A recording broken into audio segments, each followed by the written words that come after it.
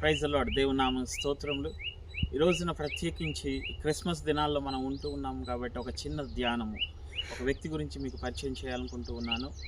Wales అనే ప్రాంతంలో ఒక పాప, ఆ పాప పేరు మేరీ జోన్స్. తన చిన్న వయసులోనే దేవుడంటే ఆసక్తి, దేవుడిని సంఘానికి వెళ్ళడం, ప్రార్థనలకు వెళ్ళడం, ప్రతి ఆదివారం కూడా దేవుని దగ్గరకు వెళ్ళడానికి చాలా ఇష్టంగా వెళ్ళేటువంటి ఒక కుటుంబం.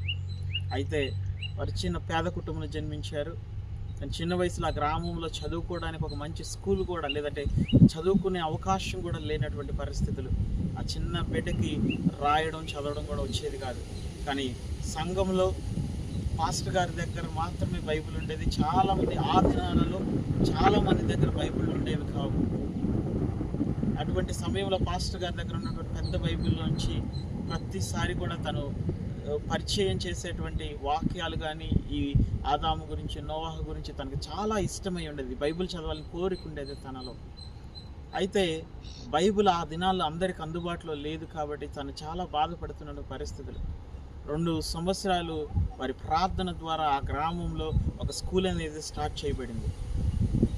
అప్పుడు తన స్కూల్లో జాయిన్ అయ్యి చదువుకుంటూ ఉండగా ఒక దినాన మిస్ ఇవాన్స్ అనే ఒక సహోదరి బైబిల్ తీసుకుని వచ్చింది. ఆ బైబిల్ చూసి తనకు చాలా ఇష్టమైంది, చదవాలని ఆశ ఉన్నది. సో తనకు స్కూల్లో జాయిన్ అయ్యి చదవడం, రాయడం నేర్చుకుని బైబిల్ చదవాలని చాలా ఆసక్తితో ఉండేది మేరీ జోన్స్. తను చదవడం, రాయడం నేర్చుకున్న తర్వాత ప్రతి శుక్రవారం లేదంటే ప్రతి సాటర్డే కూడా తను వాక్యమును చదువుకోవడానికి మిస్ ఇవాన్స్ యొక్క గృహానికి వెళ్తూ ఉండేది. అక్కడ ఉన్నటువంటి కథలు చూసి చాలా సంతోషించేది. తను ఆ బైబిల్ గురించి ఎంత రేట్ అని ఇవన్నీ కూడా కనుక్కొని తను కూడా ఒక బైబిల్ కావాలి అని కోరుకుంది.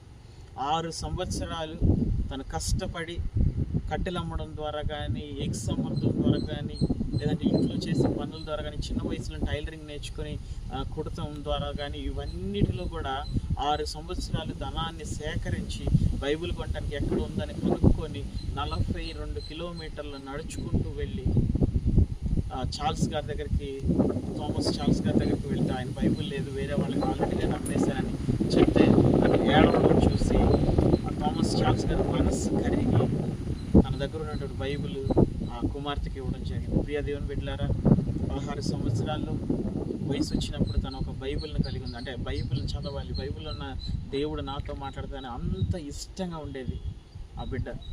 ఆ థామస్ చార్ల్స్ గారు అనేక మందికి ఈ విషయం చెప్తే బైబిల్ సొసైటీ అనేది ప్రారంభమై ఈ రోజున ప్రపంచం అంతా కూడా బైబిల్ ప్రింట్ అవుతుంది అంటే కేవలం ఒకే ఇన్స్పిరేషన్ వల్ల, మేరీ జోన్స్ వల్ల.